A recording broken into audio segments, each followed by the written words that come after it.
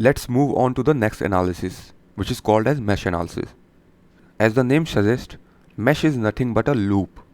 So here we will apply KVL in a loop. So first step is same. In nodal analysis we were identifying nodes. Here we will identify the mesh. Okay. The first step is to identify the mesh. The next thing is, there we assume node voltages. Here we will assume mesh currents. With each mesh we associate a mesh current. And the last is KVL plus Ohm's law. You have to apply KVL plus Ohm's law to form equation.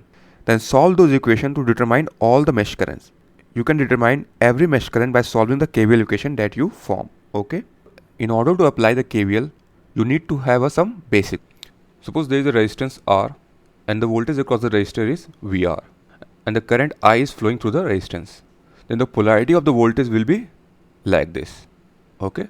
And if the current flow in this direction, the polarity will be like this. Remember that the terminal at which the current enters will be positive and the terminal at which the current leaves will be negative. Okay. This is very important in order to write the KVL equation. Now let us see the other case. Suppose there is a battery of 5 volt. Okay. So polarity of the battery will be fixed. Okay. Like this. The bigger plate will be positive and the smaller plate will be negative. It is irrespective of the current direction. Okay, whether the current flow in this direction, polarity will be like this, and whether the current flow in this direction, polarity is not going to change. Polarity will be fixed. Okay, but in case of resistor, polarity is dependent on the direction of current. But in case of voltage source, polarity is fixed. It is independent of current direction. So let us see an example. Suppose this circuit is given to me. I need to find the power delivered by the voltage source. So first thing is, I must assume mesh current. Here this is my mesh 1, this is my mesh 2, this is my mesh 3. We will have to assume the mesh current in each mesh. So we have 3 mesh, and for each mesh we will have a mesh current. Let's say for mesh 1, we have a mesh current I1 in clockwise direction. I have assumed clockwise direction. For mesh 2, current I2, this also in clockwise direction. And for mesh 3, I have assumed I3 current. This is also in clockwise direction. You can assume anti-clockwise also. I have taken clockwise. Okay.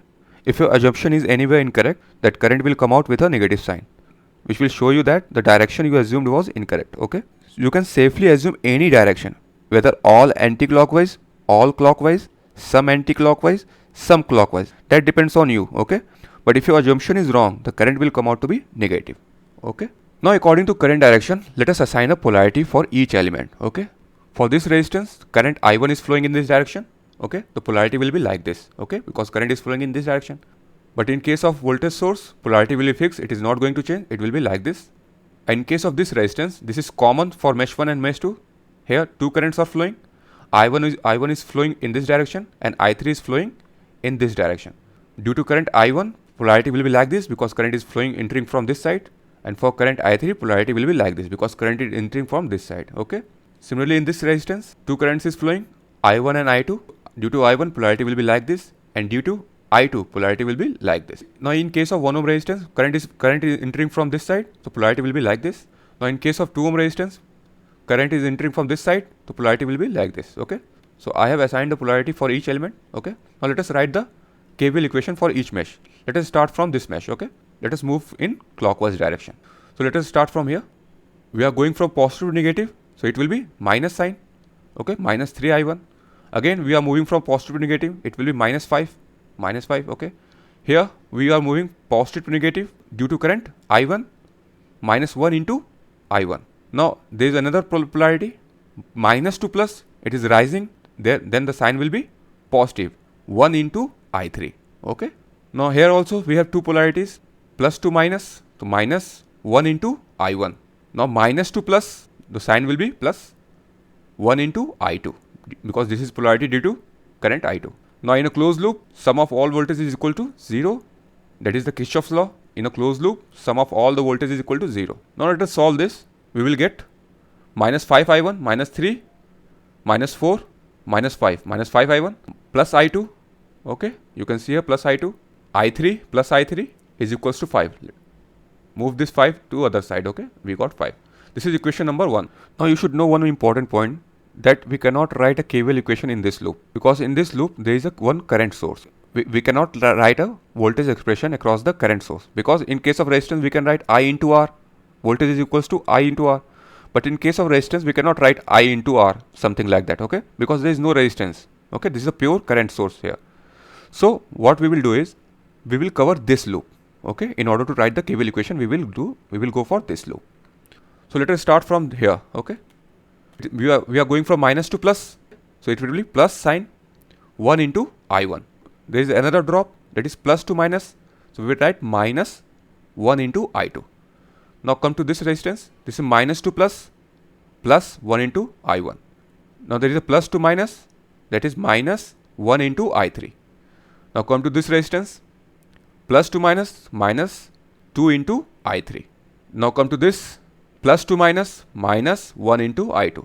Now we have reached the same point, okay, equal to 0. Now solve this, you will get minus 2I1 minus 2I2 minus 3I3 is equals to 0. This is our equation number 2. But we have 3 variable I1, I2, I3, so we need 3 equation. So third equation we can get from this current source. You can see here in this branch there is a I2 current flowing and I3 current is also flowing. In this 10 ampere branch, you can see here I3 is flowing upward in the direction of 10 ampere current and I2 is flowing downwards. So actually 10 ampere is the actual current flowing in this branch, which is the resultant of I3 and I2, okay? So we can write I3 minus I2 is equals to 10 ampere, okay? This is the resultant 10 ampere current flowing. So we can write I3 minus I2 is the resultant current which is equals to 10 ampere, okay? So this is my third equation. Now put this value into your calculator. Now the calculator will give you I1 is equals to minus 5 by 3 ampere, I2 will give you minus 20 by 3 ampere, and I3 is equals to 10 by 3 ampere. Now in mesh 1, I1 was assumed to be clockwise and I2 was also clockwise and I3 was also clockwise. Now you can see a minus sign is coming in I1 and I2. It means our assumption was wrong. Actually this 5 by 3 current is flowing in anti-clockwise direction, okay? And in I2 also there is a minus sign. It means I2 is also flowing in anti-clockwise direction with a magnitude of 20 by 3 ampere. But I3 is positive. It means our assumption was right. It is actually flowing in clockwise direction, okay? But our question was, what is the power absorbed or delivered by this voltage source? Now in this branch you can see here this current is flowing in this direction, okay? Our assumed direction was clockwise, but it is flowing in anti-clockwise direction, okay? The direction will be like this. Now power is equal to V into I, okay? So it will be voltage is equals to 5 into current 5 by 3. It is coming out to be 25 by 3 watt. Now question is whether it is being absorbed or delivered. So you need to know one thing, that suppose if the current enters in positive terminal, then the power is being absorbed. And if the current is coming out of the positive terminal, it means power is being delivered. You can see here this 5 by 3 is coming out of the positive terminal. It means this 25 by 3 watt is being delivered, okay? So this was all about the mesh analysis, okay? See you in the next lecture.